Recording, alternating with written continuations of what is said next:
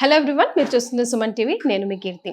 Both skilled and unskilled పీపుల్కి different parts of western కంట్రీస్లో job ఆపర్చునిటీస్ని race చేస్తూ flying borders అనే కన్సల్టెన్సీని సక్సెస్ఫుల్గా రన్ చేస్తున్న మేనేజింగ్ డైరెక్టర్ సౌజన్య గారు మనతో పాటు ఉన్నారు. Hi ma'am, how Hi, are you Andy. Doing? I'm good enough. How about you?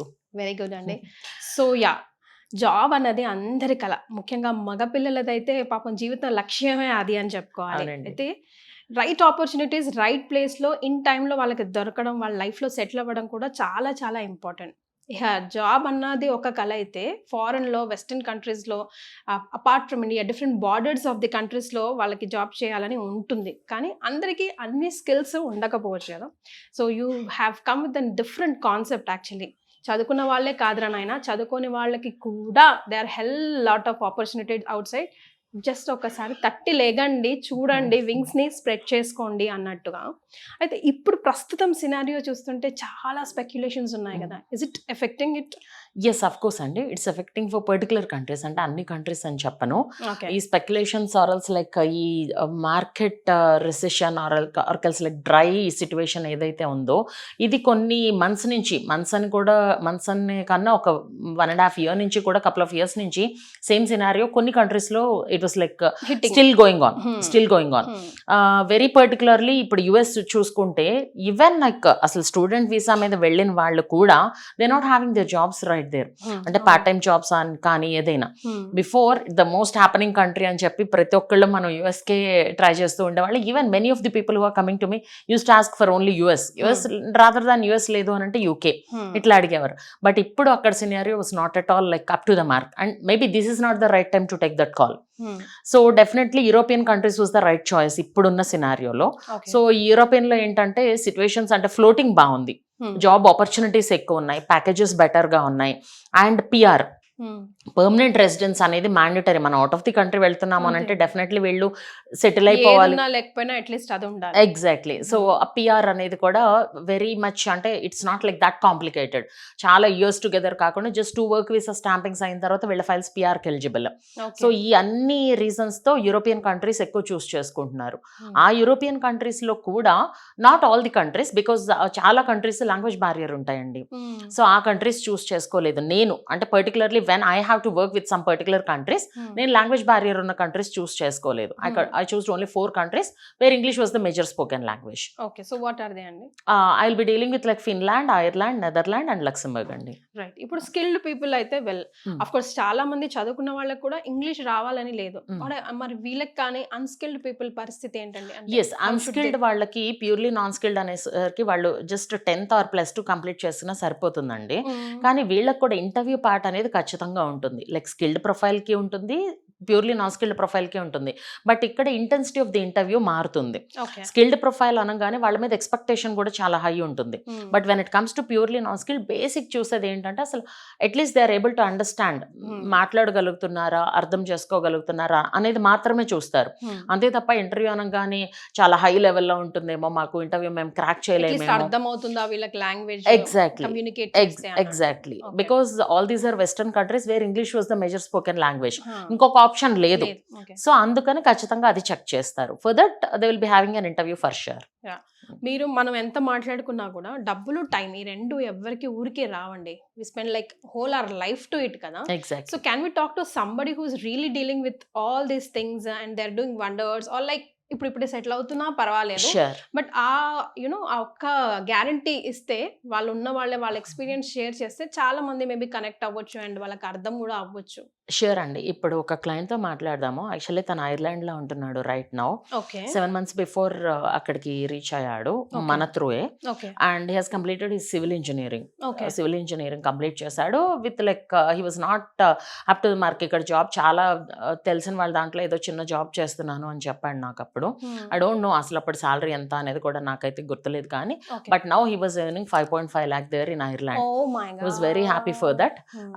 And అది already I communicated with him the other day. నిన్న ఓకే. మాట్లాడాను. So he told like he will take a call. Definitely నేను తనకు call చేస్తాను ఇప్పుడు. You can ask the remaining details. So మీరు వాళ్ళకి touch లో ఉంటారండి జాబ్ వచ్చేంత వరకు డెఫినెట్లీ అండి. వచ్చే వరకే కాదండి. వచ్చిన తర్వాత కూడా ఇఫ్ ఎట్ ఆల్ కొంతమందికి ఏంటంటే జాబ్ స్విచ్ చేసుకుంటామని అంటారు. If they are not comfortable with the work there, మాకు ఇది కంఫర్టబుల్ కాదు మ్యామ్, మేము జాబ్ స్విచ్ అవుతాము, we deal with some other job అని అంటారు. బట్ ప్రొఫైల్ మారకుండా సేమ్ ప్రొఫైల్ మీద వాళ్ళకి అదర్ ఆపర్చునిటీ ఏదైనా ఉంటే వేరే కంపెనీ నుంచి ఖచ్చితంగా దానికి కూడా మనం హెల్ప్ చేస్తాం. Wow! Okay. So any time వాళ్ళకి అది నచ్చకపోతే వాళ్ళకి ఏ విధంగా అయినా ఎగ్జాక్ట్లీ. కంప్లెయింట్ చేస్తే they can always switch to the exactly. Other one. Switch wow! చేసుకోవచ్చు. కానీ ఓకే. ఇక్కడ ఏంటంటే ఒక 3 మంత్స్ నోటీస్ పీరియడ్ సర్వ్ చేసి స్విచ్ చేసేలాగా చూస్తాం. బికాస్ మనం కూడా కంపెనీ అంతే వాళ్ళకి కదా. ఇంటిమేషన్ ఇవ్వాలి కదా. ఇఫ్ నాట్ ఆ ఎఫెక్ట్ మా మీద పడుతుంది. Because exactly. మేము వాళ్ళతో ఎంవాయిస్ తీసుకున్నాం కాబట్టి అంటే not up to the mark క్యాండిడేట్స్ని పంపించాము అనే ఇది రాకూడదు కాబట్టి 3 మంత్స్ నోటీస్ పీరియడ్ సర్వ్ చేసి వాళ్ళు ఒకవేళ if they are not comfortable with that particular job వేరే దానికి మూవ్ చేయడానికి ఖచ్చితంగా హెల్ప్ చేస్తాము. రైట్. సో రవితో మాట్లాడదాం. Sure, definitely.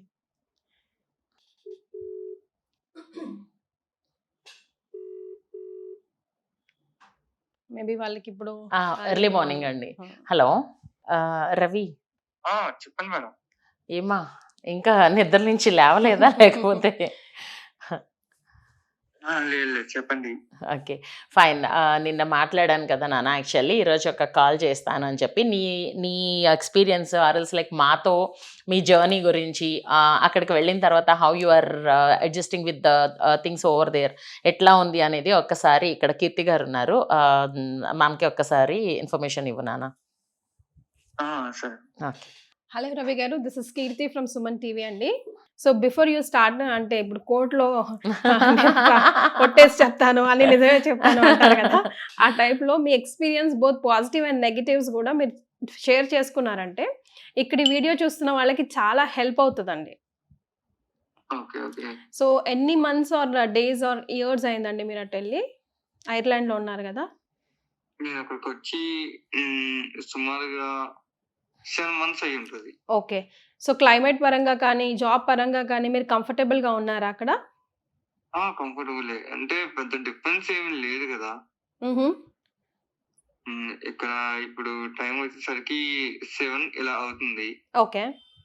నాకు తెలిసి మనకు అక్కడ 11 అవుతుంది. 10:30 10:30 ఆ టైం అవుతుంది. ఓకే. Yeah. సో మీరు ఏం చదివారండి ఇండియాలో? నేను సివిల్ ఇంజనీరింగ్ అండి. Okay. You are from which place here in India? నాది వైజాగ్. వైజాగ్. ఓకే.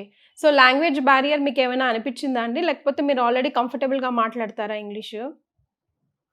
అంత కంఫర్టేం కాదు, అలా అలవాటు చేసుకుంటున్నాను. ఓకే. సో అది మీకు ప్రాబ్లం అనిపించలేదు. ఎందుకని ఇండియాలో వెతుక్కోకుండా మీరు ఎందుకు ఫారెన్కి వెళ్ళాలి అని అనుకున్నారు జాబ్ కోసం? అంటే ఫ్యామిలీ సిచ్యువేషన్స్ కానివ్వండి. ఓకే. సో ఇలా చూస్తూ ఉంటాయి కదా, ఇండియాలో జాబ్స్ పరంగా ఏమీ కూడా లేవు. యా. సో ఇక్కడే ఆల్రెడీ జాబ్ చేసేవారా మీరు? మా రిలేటివ్స్ దాంట్లో చేసేవాడిని. Okay. Civil work. Okay. So ఇక్కడ ఎంత శాలరీ వచ్చేది మీకు? ఇక్కడ నాకు పర్ ఇయర్ వచ్చేసరికి 3 lakhs అలా వచ్చేది. ఓకే. So okay. సో ఇప్పుడు అక్కడ ఎంత వస్తుంది మీకు? ఇప్పుడు ఇక్కడ నాకు మన ఇండియన్ కరెన్సీలో చెప్పాలంటే 5.5 lakhs వస్తుంది నెలకి. సో ఇయర్ కి 3.5 lakhs అట్లా మీరు డ్రా చేసేవారు ఇండియాలో అయితే 5 చేంజ్ ఇప్పుడు ఫారెన్ లో నెలకి సంపాదిస్తున్నారు. అవును. అంతే కష్టపడాల్సి వస్తుందా అండి? ఏం చేస్తున్నారు ఇంతకు మీరు అక్కడ ఇప్పుడు? ఇక్కడ నేను ఇప్పుడు సివిల్ ఇంజనీరింగ్ లోనే చేస్తున్నా. ఓకే. సో మీ చదువుకి న్యాయం చేస్తున్నారు అక్కడున్నా కూడా? ఓకే. నేను స్కిల్డ్ కింద వచ్చాను ఇక్కడికి. ఓకే. సో ఇంకా ఎవరైనా ఉన్నారా అండి మన ఇండియన్స్ కానివ్వండి, ఎవరైనా మీకు ఫ్రెండ్స్ అయ్యారా? చాలా మంది ఉంటారండి ఇండియన్స్ ఇక్కడ. ఓకే. సో ఫుడ్ విషయంలో కానివ్వండి, లేదంటే ఇండియాని మిస్ అవుతున్నాము అని మీకు ఎప్పుడైనా అనిపించిందా? మిస్ అవుతున్నా అంటే మనం వచ్చింది ఇక్కడ కష్టపడడానికి. మిస్ అవ్వే ఫ్రెండ్స్ అందరూ ఇండియాలో ఉంటారు, అది ఎక్కడికి వచ్చినా కామనే కదా. యా. సో మిస్ అవ్వడం కామనే, కానీ what about the food you take over there? Same ఉంటుందండి. దగ్గర ఇక్కడ ఎక్కువ ఇది వీట్ ఐటమ్స్ అనేది ఉంటుంది. ఓకే. మనకి నార్త్ సైడ్ అనేది ఎలా ఉంటుందో same exactly. Okay. So food విషయం కూడా మీకు అంత ఇబ్బంది లేదు, క్లైమేట్ అయితే సేమే ఉంటుంది అంటున్నారు. ఫ్యామిలీని ఎక్కడున్నా మిస్ అవుతాం, అది కరెక్టే. సో అన్ని విధాలుగా అంటే ఇప్పుడు ఈ వీడియో చూస్తున్న వాళ్ళకి మీరు ఏం సజెస్ట్ చేస్తారండి? మన ఫ్లయింగ్ బార్డర్స్ కన్సల్టెన్సీకి సంబంధించి కానివ్వండి, మీ ఎక్స్పీరియన్స్కి సంబంధించి కానివ్వండి, జాబ్ ఆపర్చునిటీస్ కోసం వెస్టర్న్ కంట్రీస్లో చూస్తున్న వాళ్ళకి మీరేం సజెస్ట్ చేస్తారు? ఖచ్చితంగా ఫ్లయింగ్ మోడల్స్ నుంచి అయితే రావచ్చు. ఎందుకంటే ఫస్ట్ లో నాకు కూడా నమ్మకం ఉండేది కాదు. అలా నేను కూడా 5 ఇంటర్వ్యూస్ తీసుకున్నాను అలవాటు అవ్వడానికి. నాకు 5th ఇంటర్వ్యూలో నేను అనేది రావడం జరిగింది. ఓకే. ఆ తర్వాత చాలా ప్రాబ్లమ్స్ అనేది ఫేస్ చేస్తాం. అది ఎక్కడైనా కామన్. ఒక ప్రాబ్లం ఒక ప్లేస్ నుంచి ఇంకొక ప్లేస్ కి షిఫ్ట్ అవుతున్నప్పుడు అంతేలేండి. అది మనపైన డిపెండెన్స్ అవుతుంది. అంటే ఎంతవరకు మనం చేస్తున్నాము ఏంటి అని చెప్పి. You have to fight. Nothing will come to you like piece of cake కదా. అది ఎక్కడైనా, అది ఇండియాలో అయినా ఎక్కడైనా, మన రిలేటివ్స్ ఫ్యామిలీ మధ్యలో ఉన్నా ఇంకెక్కడున్నా కూడా కష్టే ఫలి. అంతే కదండి. ట్రూ అండి. యా, మెనీ కంగ్రాచులేషన్స్ అండి and all the best. Thank you for joining us అండి. Thank you madam. So Ravi is like very happy, Yes అండి. Very clear in mind. Yes, exactly. అది చాలా ఇంపార్టెంట్ కదండి. పిక్చర్ ఉండాలి మైండ్ లో. Hard work వెళ్తున్నాం, Exactly. కష్టం ఉంటుంది, ఫైట్ బ్యాక్ చేస్తేనే. నెలకి 5 లక్షలు తీసుకోవడం ఏంటి, సంవత్సరానికి 3 లక్షలు తీసుకోవడం ఏంటి? అదే అంటాడు. నేను ఎప్పుడైనా కాల్ చేసినప్పుడు ఎప్పుడు వస్తున్నావండి అంటే, ఏముంది మేడం వస్తే ఇప్పుడు ఇంకొక 5.5 లక్షలు వేస్ట్ చేసుకోవాలి. నేను ఒక 2 months అయినా ఉండాలనిపిస్తుంది వచ్చిన దగ్గర నుంచి. వెళ్ళిన తర్వాత రాలేదు. వాళ్ళ పేరెంట్స్ అడుగుతున్నారు ఎప్పుడు వస్తావు అని అంటే, వాళ్ళు నాకు కాల్ చేస్తూ ఉంటారు అప్పుడప్పుడు, ఓకే, ఎప్పుడు వస్తాడమ్మా, ఎప్పుడు వస్తే బెటర్ అని. అలా ఏం లేదండి, ఎప్పుడైనా రావచ్చు తన ఇంట్రెస్ట్ అనంటే. పేరెంట్స్ అడుగుతున్నారు ఎప్పుడు వస్తామనంటే, ఎందుకు మేడం వచ్చిన కాంచి ఉండాలి, మళ్ళీ ఇంకో 2 months ఉన్నాం అనుకోండి ఇక్కడ శాలరీ అంటే 30 days అయితే లాస్ ఆఫ్ పే ఏమి ఉండదు. ఓకే, అపార్ట్ ఫ్రమ్ 30 days తీసుకుంటే లాస్ ఆఫ్ పే ఉంటుంది. Okay. So 30 days loss of 30 days loss of pay ఉండదు. సో 1 month వచ్చిన తర్వాత 1 month అవ్వదు మేడం, రిలేటివ్స్ని కలవడానికి నాకు 25 days అలా సరిపోతుంది, ఇంకా ఫ్రెండ్స్ వీళ్ళందరినీ కలిసేసరికి మళ్ళీ 2 months అయిపోతుంది మేడం, 1 month శాలరీ వేస్టే కదా మేడం అని అంటాడు. సో తను అనేది ఏంటంటే he was saying the same thing. ఇప్పుడు ఎర్న్ చేసుకునే టైం కదా మేడం, ఒక couple of years నేను కాన్సన్ట్రేట్ దీని మీద చేస్తే అప్పుడు తర్వాత ఐ విల్ మేనేజ్ అనేది తన opinion. Okay, of course everyone will be having different opinions. So ఇన్నాళ్ళ మీ సర్వీస్ లో హర్డిల్స్ మీద మీకు ఎక్కడ అనిపించిందండి? హర్డిల్స్ ఉంటాయండి సీరియస్లీ. ఎందుకంటే ఇప్పుడు మనం మాట్లాడిన పర్సన్ ఎవరైతే వెళ్ళి సెటిల్ అయ్యి హ్యాపీగా ఉన్నారో వాళ్ళకి ఏ ప్రాసెస్ చేస్తామో ఇప్పుడు తీసుకున్న 100 files సక్సెస్ అవ్వండి. బికాస్ ఎందుకంటే క్లయింట్ క్యాపబిలిటీ మనకు తెలియదు.